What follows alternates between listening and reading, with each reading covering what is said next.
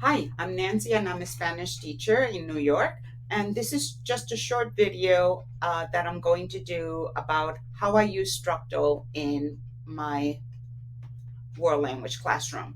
I use structal anywhere from novice all the way to intermediate, mid, and there are some advanced students in my classes.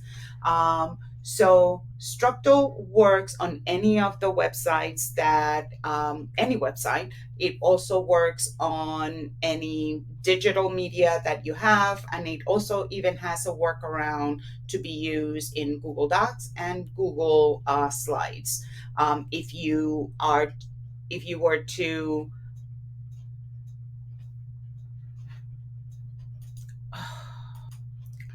publish it to the web. So this is my structal, the icon. It always shows up on the bottom. You can actually have it used to show up in the corner here on the right hand side. You can choose it on the in the center or on the left hand side. So you notice that I have it here on the right hand side because I have this here for my recording on the left hand side.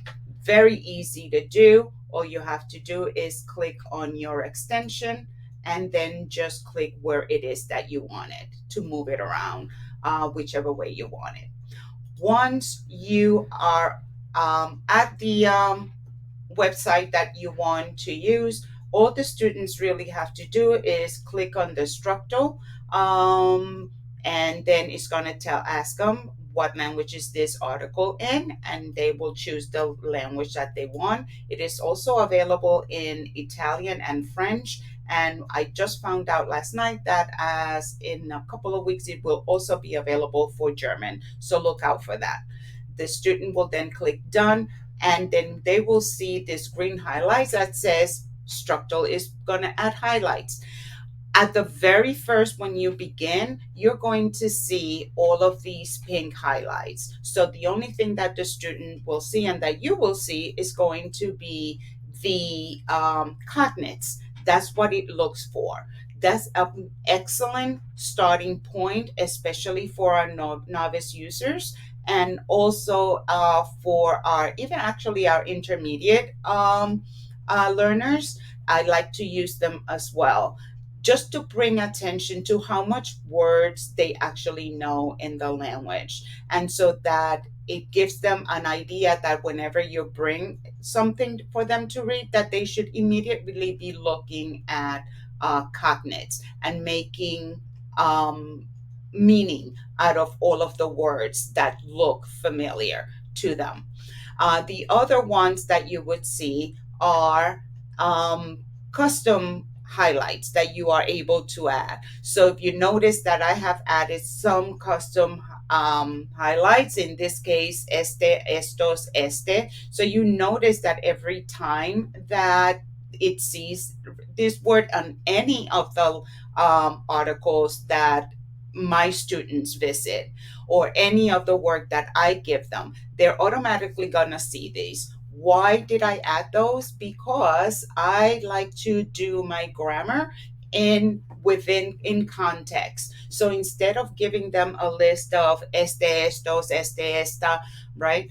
We look at this highlight and we look at it as this is, or it means this, but why is it estos versus este, right? And then we start that discussion, so everything stays within context, and I don't have to do a separate grammar lesson for that. And then you're also going to see advanced vocabulary that I also added, right? So this is more for, we're going beyond the novice levels, we're going beyond the cognates. I want my students to start learning vocabulary, and I already anticipated that these are some of the words that I want them to learn, but they may not already learn. And if you notice, there's also an idiom.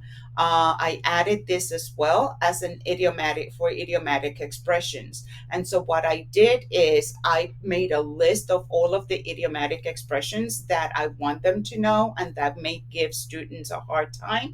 And then I just added it as part of their um, custom highlights, but I designate it as idioms so that the students know that every time they see that word or that phrase is an idiomatic expression. So this is if the student doesn't know a specific word beyond what structal already does for them, then they take their matters into their own hands, right? So if they're looking for this word and they don't know what is this word, all the student have to do is double click on it and it tells them what it is in English. Okay.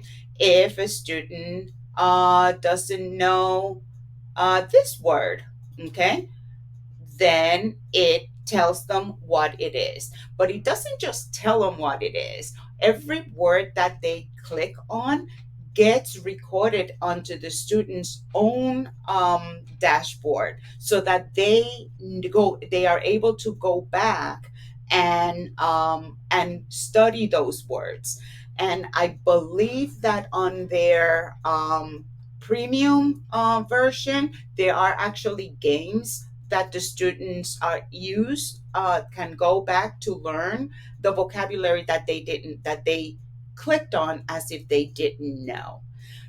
But even in addition to that, on the free version, okay, even if you don't get that on the free version itself, you get not only do the students get this on their own dashboard, you also get as a teacher all of the support that the student asks for.